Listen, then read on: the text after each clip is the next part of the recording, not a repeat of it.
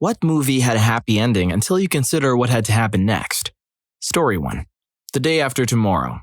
It isn't hugs and giggles, things do not go back to normal. The human race got a major slap to the face, much of the upper hemisphere is covered in ice.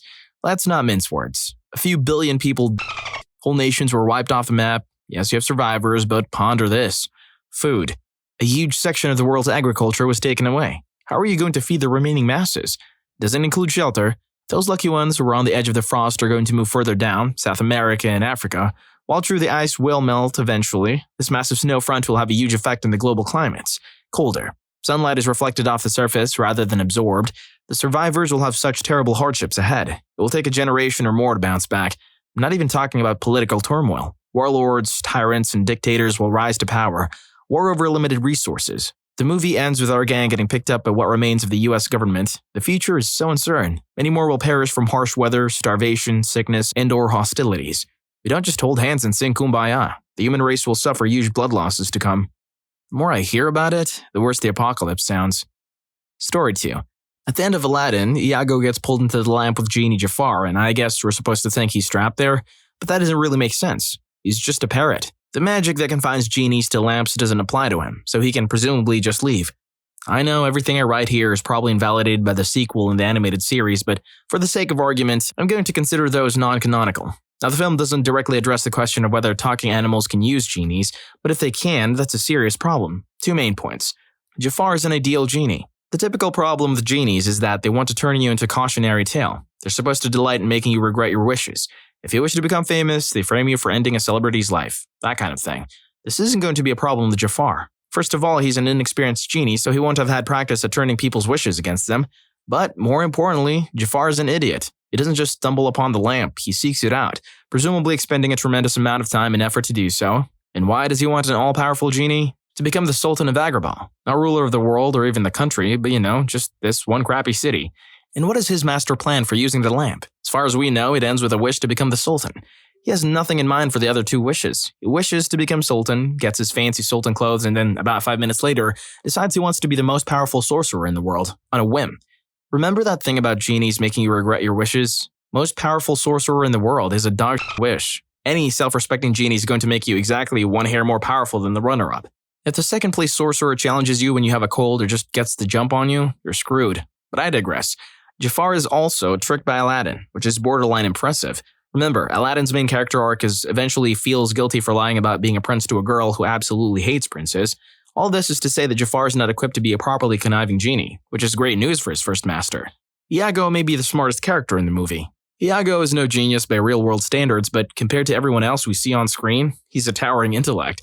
During the entire movie, we see exactly 2 practical, fully formed plots, and both of them are Iago's ideas.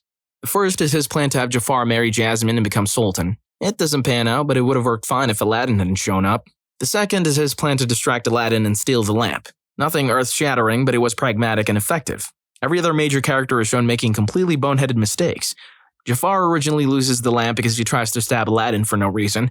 He could just walk away and let the Cave of Wonders swallow the kid up, but instead, he tries to stab him with that crazy snake knife. It is a plot to become Sultan, but as I discussed above, it's less of a plot, more of let's get a genie and play it by ear. And it ends with him being enslaved for eternity because Jafar is bad at playing it by ear.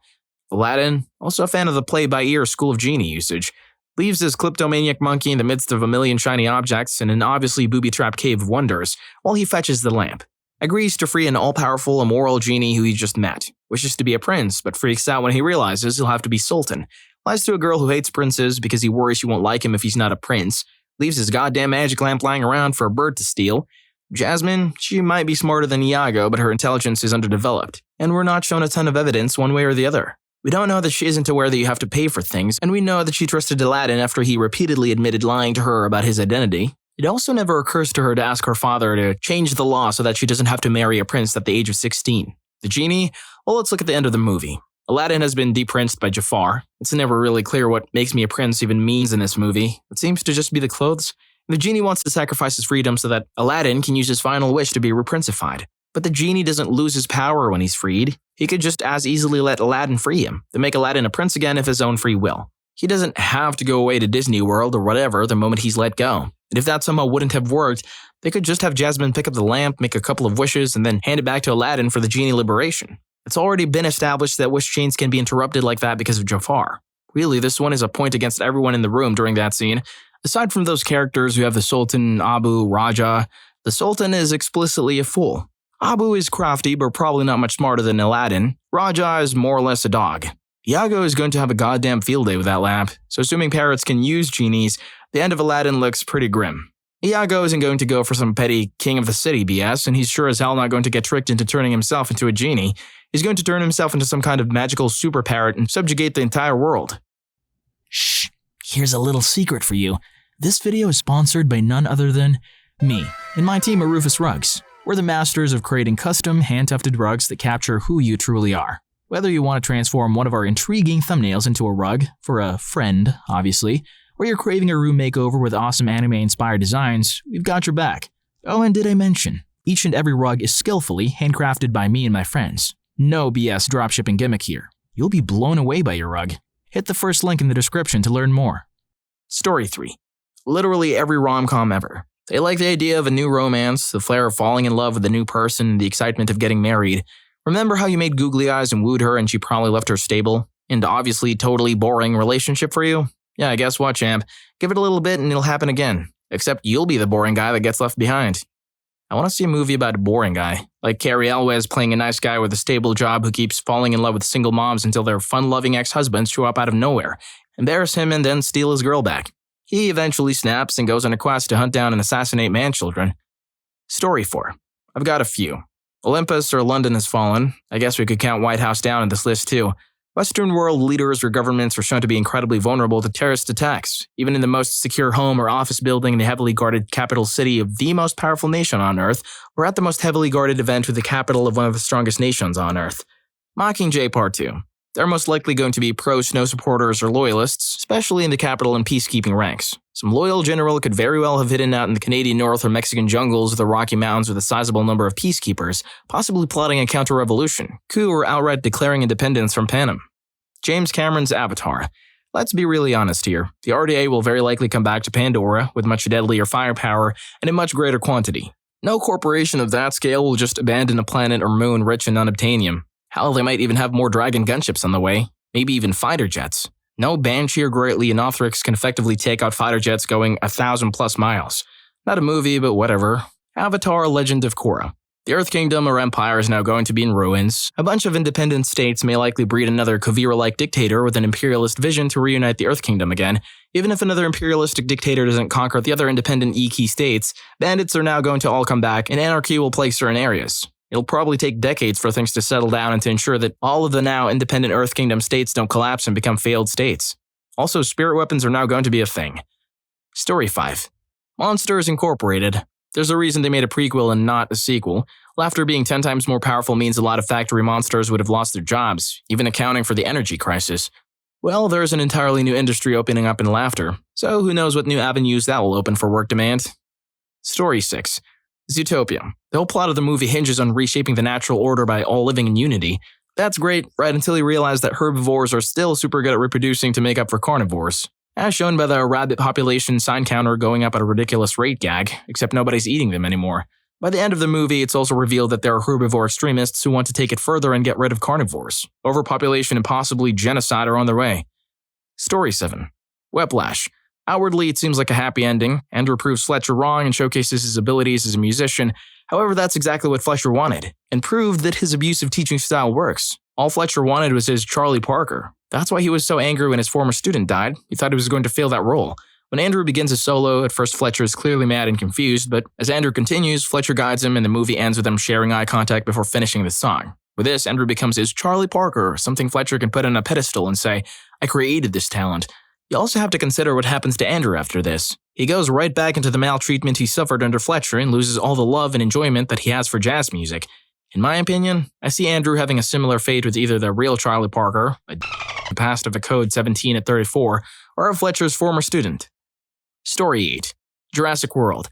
After the survivors escape from the theme park, they file a class action lawsuit against the company that owns the park, the directors and officers, alleging their negligence allowed the dinosaurs to escape and kill people. The FBI also investigated whether the company was criminally negligent. Jurassic World company goes bankrupt and Bryce Dallas Howard's character goes to jail. I'm kind of surprised that one scientist from the first movie decided that after the failure of the first park and the tragedies of the second, and whatever happened in the third movie after being told by Hammond that the park was indeed a bad idea, he still went along with making a new park. I'm also surprised that you haven't left a like in this video and subscribed to the channel yet. Story 9. The one that annoys me the most, even if I really enjoyed the movie, is Kingsman. The villain succeeded. Imagine living in a world where electronics can cause rage-inducing feelings. People would be abandoning technology in a world that isn't prepared for that. I mean, sure, people can romanticize living in the Wild West or hunter-gatherer, but there's a reason why people weren't considered adults until 13-ish. They didn't know how to succeed in that life until 10 years or so of training. Now you're dumping the entire Western technocrat society into such a state. They can't survive. On top of this, if Samuel L. Jackson's penetration into various world leadership is ubiquitous as it seemed, that also means that there was no one left to take command of the debacle. It didn't target just politicians, but performers and celebrities, with people jokingly saying how The Rock should run for office and how people praised Schwarzenegger's reign as congressman. It's obvious that charismatic celebrities can use that to obtain positions of power, except they're all dead. Anybody who lived in the East Coast from the Great Blackout 15 years back would remember how tense things were after a few days. Now instead, there's no one figuring out how to turn the lights back on, plus there isn't a few days of grace before people get violent. The violence has already happened. So to set the stage of a population that just began attacking each other from technology, when they stop and look around, some old rivalries may have been reignited. On top of this, people are going to drop technology and live a life they're not prepared for. There will be no leadership or voice due to their eradication, which means that people are going to have to determine who is the leader. That is rarely peaceful. Not to mention how many people died, including children and babies. The death toll at the end of the movie isn't really clear, and while Eggsy's baby sister was saved just in time, how many adults and children weren't? Not every parent had the insider knowledge to lock their kids up for safety, so there were probably a lot of kiddos who got caught in the chaos. Story 10. Source code. Maybe someone can explain this one to me, but as far as I can see, the movie ends with everyone being saved, except for the dude that Jake Gyllenhaal's character is now essentially possessing. What happens when he has to go to family gatherings? Does he even know where he lives? How is he supposed to explain not remembering any of his life so far? Unless his consciousness is supposed to have somehow merged with the guy his mind is in. My friend and I have a pretty interesting or hilarious outcome considering the premise of the movie. So the military developed Coulter for when some disaster happens. Because he stopped the train bomb from happening in his new timeline, they're still on standby, waiting for an opportunity to use the comatose Coulter. So what does that mean? There are now two Coulters, one of the dude he went back in time and possessed or took over in his simulated reality, whichever magic sci-fi you choose here, and the comatose Coulter on standby for disaster. At the end of the movie, he even instructs the woman in the source code program that it is successful and tells her to ensure it continues. So what happens when another disaster happens? They activate Coma Coulter and assume that he's successful, that the new Coulter is now inhabiting another person's body, and that the military is still waiting for disaster. Eventually, you have hundreds of people possessed by Coulter. His dad is constantly receiving anonymous calls about how his dead son was a good man from Coulters all over the US. The military eventually cuts funding for the source code program, as there is no disaster for them to demonstrate its effectiveness. The hundreds of remaining Coultergeists eventually realize this repeating implication and reach out to each other. They meet up annually at a convention, sharing the disasters they each prevented, sharing tips on how to impersonate the person they possess. They have group therapy to grapple with their situation and the morality of their existence. They hand out flyers titled, "Have you called your father yet?" Then during Convention 2030, a sect of Coultergeists with controversial views band together to forever change the future of civilization. They steal the source code technology and proceed to incorporate their mind into every living person on Earth to finally unite humanity and bring an era of peace. Most dissenting Coultergeists at this point have either been persuaded to join or coerced, but a small band of rebel Coultergeists attempt to use the source code technology to go back in time and destroy the events leading to the source code program at its start in a sacrificial act by the original Coulter. However, while his body is mostly destroyed, their attempt only leaves him in a comatose state, and the US military collects his body, initiating the events from the first movie. Source code 2, Breaking Point. This guy had me at Coultergeist. Someone get Hollywood on the phone. This man has a movie to make. Story 11. Passengers. Even if you ignore the Stockholm-driven relationship, the couple spent decades filling the spaceship with plants. Freaking plants. As the roots of those trees grow, there is a massive risk for them rupturing vital supply lines, or even worse, making a hole that leads out into the vacuum of space. Plant roots will push through concrete. That spaceship is beyond saving. If the humidity of the air was increased, there's also a huge amount of rusting that could happen. And that's ignoring that the couple spent decades eating the food supplies. The food supplies were supposed to be enough for a few thousand people for a few months. 2 people eating into that for decades, plus everything that got wasted during the film, means that inventory is massively depleted. Basically, if you woke up on that ship, there's a really good chance you'd die, either of starvation or the ship degrading because of all that plant life. The 2 main characters put 5,000 lives in serious jeopardy. Story 12. WarGames. I've always been curious about what happens to Lightman after the WOPR decides that the only winning move is not to play. He obviously had such a big role in helping to avert a nuclear war that they had to let him go, but how do you release a 17-year-old back into the world after seeing all of that top-secret stuff? My headcanon. McKittrick releases David with no charges, telling him, in so many words, "Thanks for your help. Don't hack anymore, but go study computer science at university. You might have a promising career ahead of you." Story 13. Django Unchained. Sure, he's an amazing gunslinger at the end of the film, but he's in the South pre-Civil War. He just pulled the trigger on a prominent plantation owner and ended everyone in the plantation. Just the sight of an African-American and a horse stopped people in their tracks, and that was with Schultz claiming to be somewhat of a master, but now it's just him and his wife. I'd like to add that I love this movie, but if you think about it after what happened in Django, I can't see him lasting long. Story 14. Get Out. It doesn't really have a happy ending as in a joyful ending, but yeah. The alternate ending shows the protag getting arrested and spending the rest of his life in prison for his would-be killers.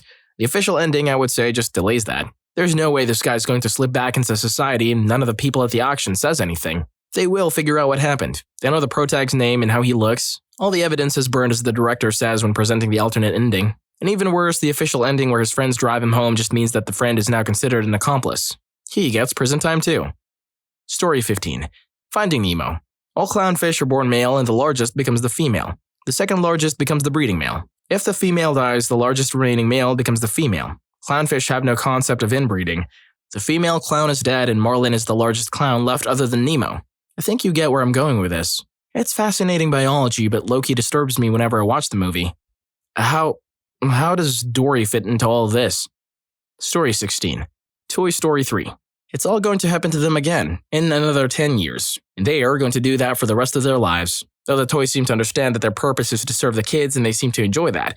I'm sure it would be sad to leave the child after 10 years or so, but as long as they go to a good kid, I don't think they'll mind too much. They get that kids grow up and move on. I think it's a happy ending as long as they're able to stay together and make the kids happy. Story 17. Storks. This bothered me even while watching it, but Tulip was orphaned for 18 years, which is when they said they'd stop making babies. Now every single rejected letter they've received was thrown through the baby maker. It's hard to think that every single letter that's ever been sent in the past 18 years is still relevant. How many of those people who've asked for children still want babies? Maybe they had kids their own way. Maybe they adopted. Maybe they moved and now the address isn't right. Maybe the couples broke up or divorced. Maybe the people who ordered the kids are now unable to look after children because they're homeless or sick. Maybe they're dead. This is actually terrifying when you think how many lives these kids could potentially ruin and how many babies they must have left over after this. This isn't even taking into account that there could have been letters in the mailbox even older than 18 years that might have been rejected for whatever reason. What do they do with those babies? The ending acts all cutesy, but I couldn't help but think how horrifying this would actually be. I hope you enjoyed the video, and if you made it this far, I'm sure you'll also enjoy what's the most heartbreaking thing you've personally witnessed. Story 4 almost brought me to tears. See you in that video.